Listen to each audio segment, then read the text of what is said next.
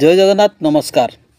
आसतु नजर पकेबा मयूरभंज जिलार आज top news update कौन कौन सब रही किंतु तापूर्व आपण मानक गोटे अनुरोध वीडियोटी को संपूर्ण देखंतु आ जो मैंने प्रथम करी चैनल को आछंती सब्सक्राइब करंतु जाफल प्रत्येक नूतन वीडियो नोटिफिकेशन आपण सर्वप्रथम पाई परिबे।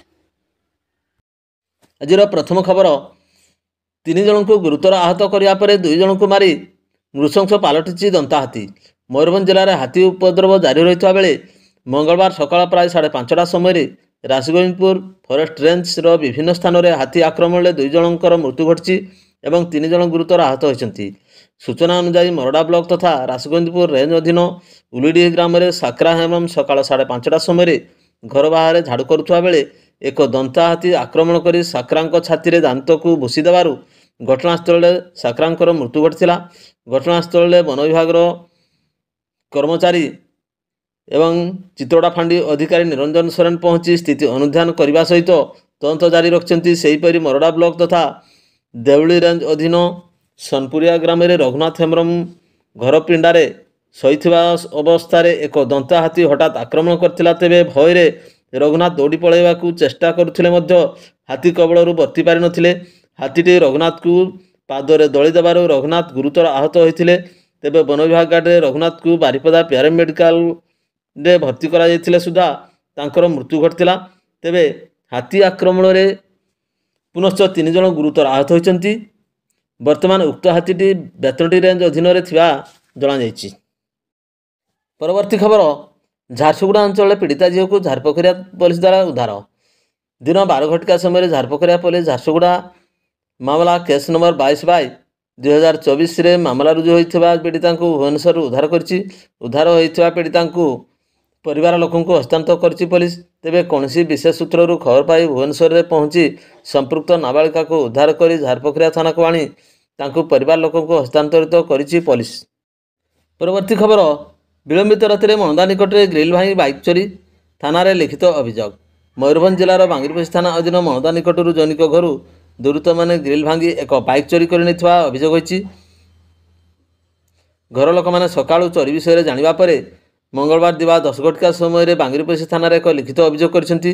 लिखित अभियोग पाइबा परे पुलिस घटनास्थल को जाई तदंत आरंभ करिछि। परवर्ती खबर जारकाणी ग्राम निकटरू चोरा मरम चालाण बेले 2टी ट्रैक्टर एवं गोटे जेसीबी मेसीन जबत 70,000 टंका जरिमाना आदाय। सारसकणा तहसिल अंतर्गत जारकाणी ग्राम निकटरू 2टी ट्रैक्टर रे लघु खनिज संपद बजेई होई चोराचालाण हेउथुवा बेले सारसकणा तहसिलदार निर्देश क्रमे झारपोखरिया पुलिस द्वारा चढ़ऊ कर 2टी ट्रैक्टर OR01D 2911 एवं अन्यटी नंबर विहीन थिबा बेले जेसीबी मेसीन नंबर होउची OD 11V 0682 को सकाळ 10टा समय जबत करा जायतिला। ट्रैक्टर जेसीबी मेसीन रु 70,000 टंका जरिमाना आदाय करा जाई छाड़ी जा जायतिबा तहसिलदार कहिसंती। अन्यपटे माइनिंग अधिकारी को एही खनिज द्रव्य अधिकार दिया जायतिबा बेले माइनिंग अधिकारी आखिरे तेल देई सोईथिबा स्थानीय लोक माने आलोचना करुछंती। परवर्ती खबर 8 नंबर जातीय राजपथ कृष्णचंद्रपुर ओभरब्रिज ठारे मंगलवार अपराह्न 5:30 समय एक द्रुतगामी गाड़ी धक्का जैनिक बाइक आरोही वृद्ध गुरुतर आहत होइचंती। गुरुतर वृद्ध बाइक आरोही होइचंती दांतियामहा ग्रामर 60 वर्षीय गुणधर धଳ। सूचना मुताबक गुणधर बाइक जोगे जाउथुवा बेले कृष्णचंद्रपुर ओभरब्रिज निकट में एक द्रुतगामी गाड़ी धक्का दे घटनास्थल चंपट मारिथिला। खबर पाई जातीय राजपथ विभाग 1033 आम्बुलेंस जोगे गुरुतर अवस्था पड़ रही गुणधर को उद्धार करी बारिपदा जिला मुख्य डाक्तरखाना रे भर्ती करा जायछि। खबर पाई गुणधर परिवार वर्ग घटनास्थल पहुंची नहीं पुलिस पक्षर सूचना दी जायछि। परवर्ती खबर विद्युत वितरण संस्था टाटा पावर बेतनडी उपखंड कार्यालय मयूरभंज जिलार एकमात्र कौशल विकास केन्द्र मंगलवार अपराह्न 5टारे विभागीय वरिष्ठ पदाधिकारी द्वारा आनुष्ठानिक भाव में उद्घाटित हो जायछि। उपखंड अधिकारी इंजीनियर शुभदीप्त मिश्र परिचालना एवं assistant manager engineer Ashwini Kumar Sahu संयोजन आयोजित कार्यक्रम में उत्तर ओडिशा टाटा पावर मुख्य कार्यनिर्वाही अधिकारी द्विजदास बास्को एवं मुख्य परिचालना निर्देशक नीलेश चंद्रकांत पटफड़े प्रमुख वरिष्ठ पद अधिकारी फीता काटी कौशल विकास केन्द्र आनुष्ठानिक भाव में उद्घाटन करथिले। ମୟୂରଭଞ୍ଜ ଜିଲ୍ଲାର ଏକମାତ୍ର କୌଶଳ ବିକାଶ କେନ୍ଦ୍ର ଭାବରେ ବେତରଠାରେ ଉଦ୍ଘାଟିତ ହୋଇଥିବା ବେଳେ ଏଥିରେ ମୟୂରଭଞ୍ଜ ଜିଲ୍ଲା ପଲିଟେକ୍ନିସିଆନ୍, ଡିପ୍ଲୋମା ଏବଂ ITI ସମେତ ବିଭାଗର ବିଭିନ୍ନ ନୂଆ କରି ଯୋଗଦାନ କରିଥିବା କର୍ମଚାରୀମାନଙ୍କର ଆବଶ୍ୟକ ତାଲିମ ପ୍ରଦାନ ପୂର୍ବକ ସେମାନଙ୍କର ଦକ୍ଷତାର ବିକାଶ କରାଯିବ।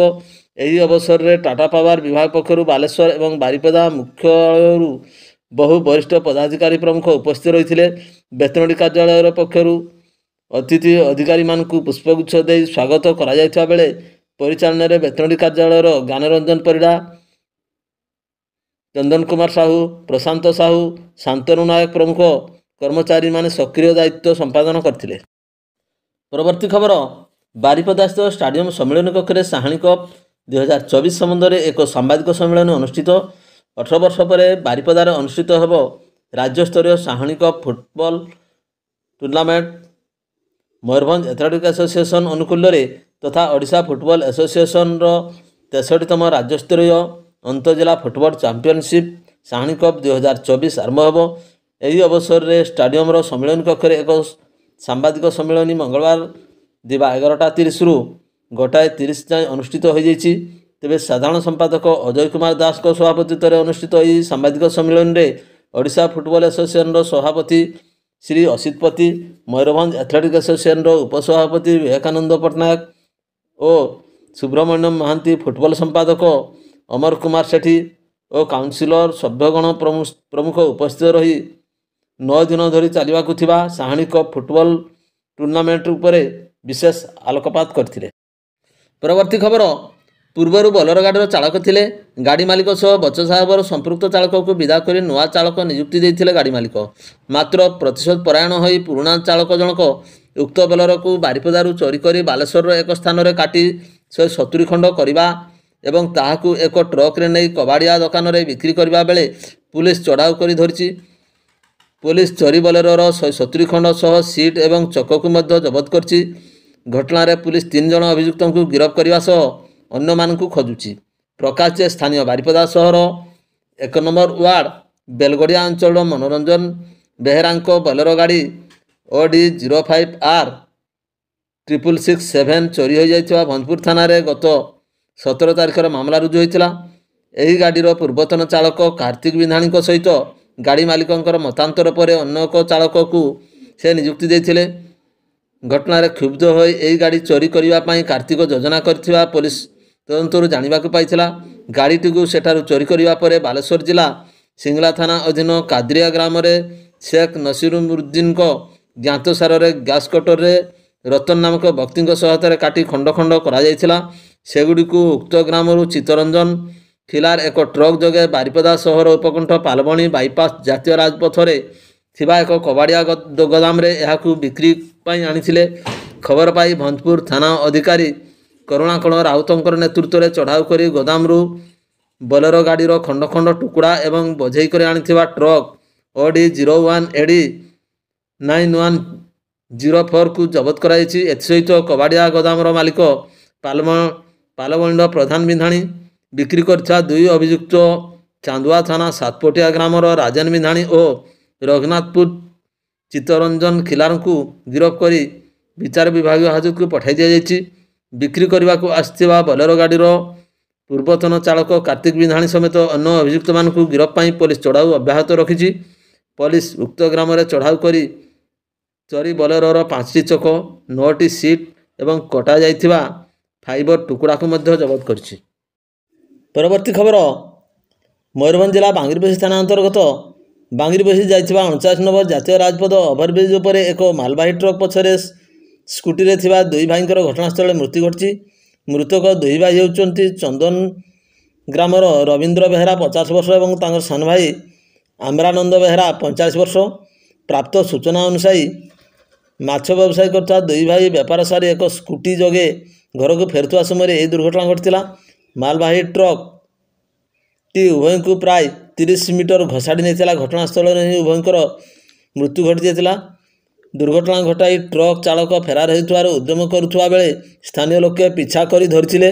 ଦୁର୍ଘଟଣା ଏତେ ଜୋରରେ ହୋଇଥିଲା କି ସ୍କୁଟିଟି ଟ୍ରକ୍ ତଳେ ହିଁ ଲାଖି ରହିଥିଲା। ଖବର ପାଇ ବାଙ୍ଗିରିପୋଷି ପୋଲିସ ଘଟଣାସ୍ଥଳରେ ପହଞ୍ଚି ମୃତଦେହକୁ ଜାତୀୟ ରାଜପଥ ଆମ୍ବୁଲାନ୍ସ ଯୋଗେ ବାଙ୍ଗିରିପୋଷି ଡାକ୍ତରଖାନାକୁ ପଠାଇଥିଲେ।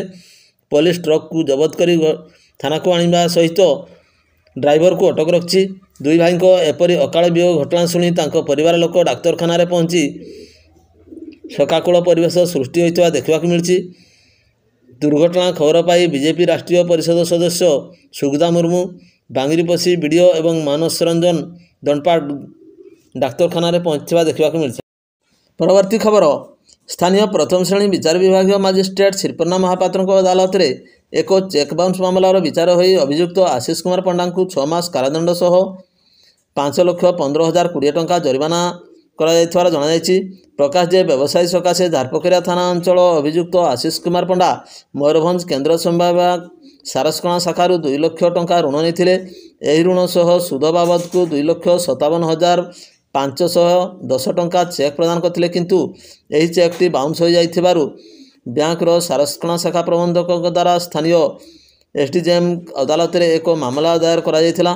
परवर्ती समय विचार पाई यही मामला प्रथम श्रेणी विचार विभागीय मजिस्ट्रेट अदालत को पठा जायथिला। बैंक पक्षरु वरिष्ठ आईनजीवी बटकृष्ण पाढ़ी मामला परिचालना करथिले। परवर्ती खबर रविवार पूर्वाह्न बहदा और दुंदु ग्राम सीमांत प्रभावित होउथुबा खड़खाई नदी में प्रखर स्रोत भासी जाइथबा बालकर मृतदेह मंगलवार सकाळ उद्धार करा जायछि। मृतदेह बड़दुंदु ग्राम निकटवर्ती चापल ग्राम उपकंठरे प्रभावित खड़खाई नदी उद्धार करा जायछि।